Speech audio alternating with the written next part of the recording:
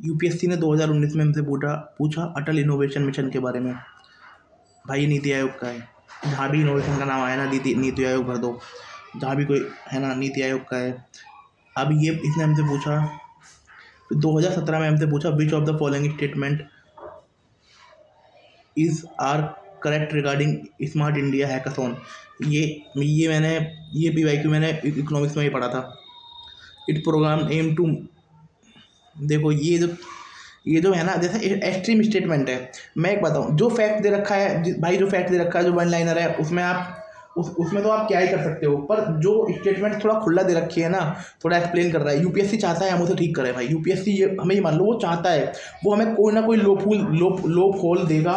बस हमें हमारा काम है उसे पता लगाना, और पता लगाने के लिए ध्यान से एक एक वर्ड पूरा ध्यान से, मतलब जैसे इतनी प्यार से सहलाओ उसे, जैसे कि बहुत प्यार से, जैसे कि खरगोश के ऊपर हाथ फैला रहे हो, इतनी प्यार से छोटे बच्चों को सहला रहे हो ऐसे। अब देखो इसने हमसे पूछा ये वाला, which of the following statement is are correct regarding smartphone hackathon. It is a program aimed at making all financial transaction in our country completely digital in decade।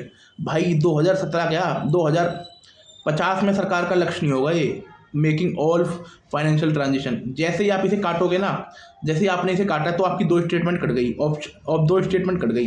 तो अब हमें देखते हैं, अब टू, देखो आपने जैसे इसे काटा वैसे ही आपकी एलिमिनेशन हुआ, आप सीधा डायरेक्ट आंसर तक पहुंच गए। पर हम देख लेते हैं, it is a central sponsored scheme for developing every cities for our countries into smart cities in a decade. देख फिर ये दे रखा है एवरी सिटी, भाई एवरी सिटी मतलब है इस बात का यार, एवरी सिटी तो हम कभी नहीं कर पाएंगे, मतलब कर देंगे लेकिन ये जो हम कभी नहीं कर पाएंगे, ये भी स्मार्ट, ये भी एक्सट्रीम है ना। परंतु देखो it is an initiative to identify new digital technology innovation for solving many problem faced in our country. अगर ये यहाँ से देता ना ऑल प्रॉब्लम, तो ये भी गलत हो जाता। देखो यार ये स्मार्ट इंडिया हैकाथॉन है यार, इतना तो होगा कि डिजिटल इनोवेशन की बात तो होगी, टेक्नोलॉजी की बात तो होगी, ये तो वैसे भी बात हो जाती है। अब 2015 में यूपीएससी हमसे क्या पूछता है, which of the following statement is are correct regarding National Innovation Foundation India. NIF, ये NIF is autonomous body, the Department of science and Technology under the central government. पता नहीं हो सकता है भाई। NIF is an initiative to strengthen highly advanced scientific research in India, premier scientific institution in collaboration with highly advanced foreign scientific institution। भाई मेरे को ये सेकंड स्टेटमेंट थोड़ी गड़बड़ लग रही है, या तो इसका ए है या डी है। ए आंसर है इसका, नहीं ये नहीं, इसका आंसर ए है, जो ये नेशनल इनोवेशन है ना, क्योंकि ना थोड़ा ये फॉरेन इंस्टीट्यूट से मतलब संबंध बनाएंगे, थोड़ा सा लग रहा था अजीब सा। लेकिन अब हमें क्या पता लगा कि जो नेशनल इनोवेशन फाउंडेशन इंडिया है, देखो मैंने पहले बोला था कि भाई साहब नीति आयोग कर सकता है, पर नीति आयोग का नाम नहीं, आगे जाकर उसने तुरंत पकड़ लिया। ये ऑटोनोमस बॉडी है, नेशनल इनोवेशन फाउंडेशन इंडिया है ना, और ये डिपार्टमेंट ऑफ साइंस के अंदर, department in science and technology के अंदर आता है। ठीक है, national Innovation foundation of India department of science and technology के अंदर आता है। और इसमें फॉरेन इंस्टीट्यूट का कोई, अगर हम फॉरेन इंस्टीट्यूट हटा देते ना, तो बहुत ही वेग स्टेटमेंट बन जाती, बहुत सिंपल स्टेटमेंट होती है, इसमें कोई उसे हम ठीक कर सकते थे, तो अच्छा हुआ। अब हम देखते हैं, under the administration of which of the following department of atomic energy, PM head करते हैं भाई इसे। अब देखो 2009 में पूछा था, डिपार्टमेंट ऑफ एटॉमिक एनर्जी, इसे हेड करते हैं प्राइम मिनिस्टर। देखो यार, अब अगर आप इसे स्टैटिक नॉलेज मांगो तो स्टैटिक नॉलेज मानो तो इसे स्टैटिक नॉलेज मान सकते हो, पर भाई ये करंट में भी होता है, इसके लिए आपको इंडिया ईयर बुक पढ़ने की जरूरत नहीं है ना, ये करंट में भी आता है यार। चलो ठीक है, अब देखते हैं, this question can be easily answered with logic and minimal prior knowledge. ठीक है, we can rule out 2 option by focusing on the world of the word innovation. It is highly unlike the option B and D, Ministry of Labor and Ministry of Skill Development। सही बात है यार, ministry of labour and skill development तो हो सकता है करे, मैं इस बात को मना नहीं कर रहा। मैं अभी हमने नीति आयोग का नाम लिया, वहाँ तुरंत देखो नेशनल, फिर 2015 में इन्होंने पूछा national innovation fund, autonomous body है, department of science and technology के अंदर आता है।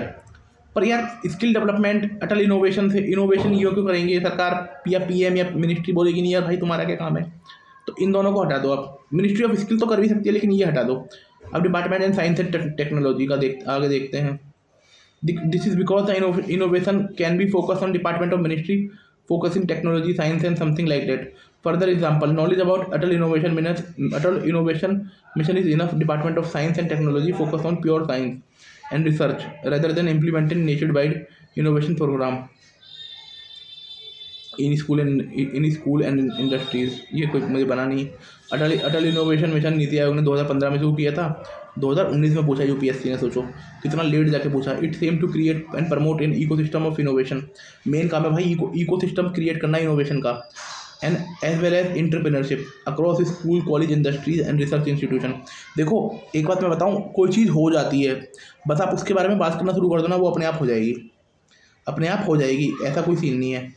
अब हम देखते हैं, अब हम इसमें क्वांटम चिप देखते हैं। गूगल से it has crack a quantum computing challenge with new chip.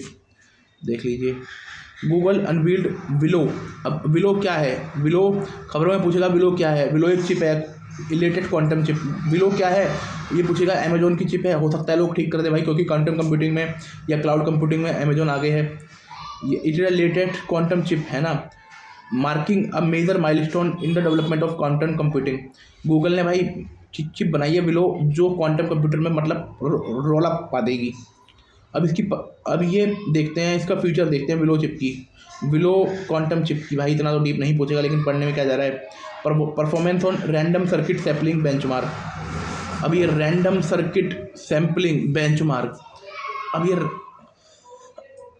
अभी देखो, अभी एक चीज़ हमें क्या मिल गई भाई, जो ये रैंडम सर्किट सैम्पलिंग बेंचमार्क है ना, ये क्वांटम कंप्यूटिंग के मतलब चेक करने के लिए भाई, ये इसका परफॉर्मेंस कैसा है। अगर जो क्वांटम कंप्यूटिंग के जैसे कंप्यूटर बनाया, किसी को 5 नंबर देने हैं, किसी को 8 देने हैं, किसी को 7 देने हैं, तो इसके बेसिस पे देंगे। Achieve state of art performance leading to significant milestone. भाई सिग्निफिकेंट माइलस्टोन देख लीजिए। एरर रिडक्शन, भाई एरर रिडक्शन है, can exponent reduce error system scale with more qubit. Error कम करेगी भाई। Benchmark computation, perform standard benchmark computation under 5 minutes which would otherwise take 1 today fast computer. अरे भाई साहब आप सोचो, ये काम ये 5 मिनट में कर देगा, जो जिस काम को जो ट्रेडिशनल कंप्यूटर है वो 10 की पावर 25 ईयर लगाएगा। तो 10 की पावर 25 ईयर भाई, 10 की पावर ना 10 का क्यूब 1000 होता है, तो जो 25 कितना हो जाएगा। अब इसका और परफॉर्मेंस तो इसने बढ़िया कर दी। बेंचमार्क एरर गलती भी कम करेगा, बेंचमार्क कंप्यूटेशन भाई अच्छा काम करा है। Improved coherence time, demonstrate long, मतलब कम टाइम ले रहा है। Demonstrate long coherence time with major duration qubit maintain a quantum state. ठीक है, अब क्वांटम ये कोहेरेंस टाइम भी अच्छा है इसका। कोहेरेंस टाइम, इसका जो कोहेरेंस टाइम है ना, ये भी बहुत अच्छा है। मतलब कोहेरेंस टाइम होता है कि आप कितनी देर तक बिना एरर करे अपनी क्वांटम स्टेट में रह सकते हो, आप क्यूबिट मेंटेन कर सकते हो क्वांटम स्टेट में। ये इसका जो कोहेरेंस टाइम है ये बहुत अच्छा है। अब क्वांटम चिप पढ़ लेते हैं। Information processing, conventional chip use qubits 1 और 2 process information. Quantum chips utilize qubit, UPSC ने पूछ रखा है। कैन एग्जिस्ट सुपर पोजिशन, ये सुपर पोजिशन में रह सकती है, जहाँ पर 1 और 2 दोनों आ सकते हैं। इनेबल इंटेलिजेंटमेंट। अब इससे पीछे हमने ना एक वो पढ़ा था, बेले सेकंड करके एक्सपेरिमेंट था ना, बेले सेकंड एक्सपेरिमेंट था, वो इससे जुड़ा था। इनेबल इंटेलिजेंटमेंट से operation like classical computer, quantum computer execute operation using quantum gates which manipulate qubit state to perform calculation. Quantum computing impact emerging technologies, domain of quantum AI impact on inscription, potential breakthrough existing inscription like, भाई ये inscription को तोड़ देगा, जो current RSA inscription है ना उसको तोड़ देगा ये। Source digital certificate signature email inscription. ठीक है, certain cryptographic method use bitcoin and crypto currencies, ये भाई उसको भी बिटकॉइन उनको भी तोड़ देगा। मतलब यार ये सारे जो इंस्क्रिप्शन है ना हमारे, वो सबको तोड़ सकता है, इतना तेज काम करता है ये। Enhance by A I enabling data faster data computation essential for training A I model large database. ये ए आई को ट्रेन कर सकता है लार्ज डाटाबेस से। It can access training data currently beyond classical computer.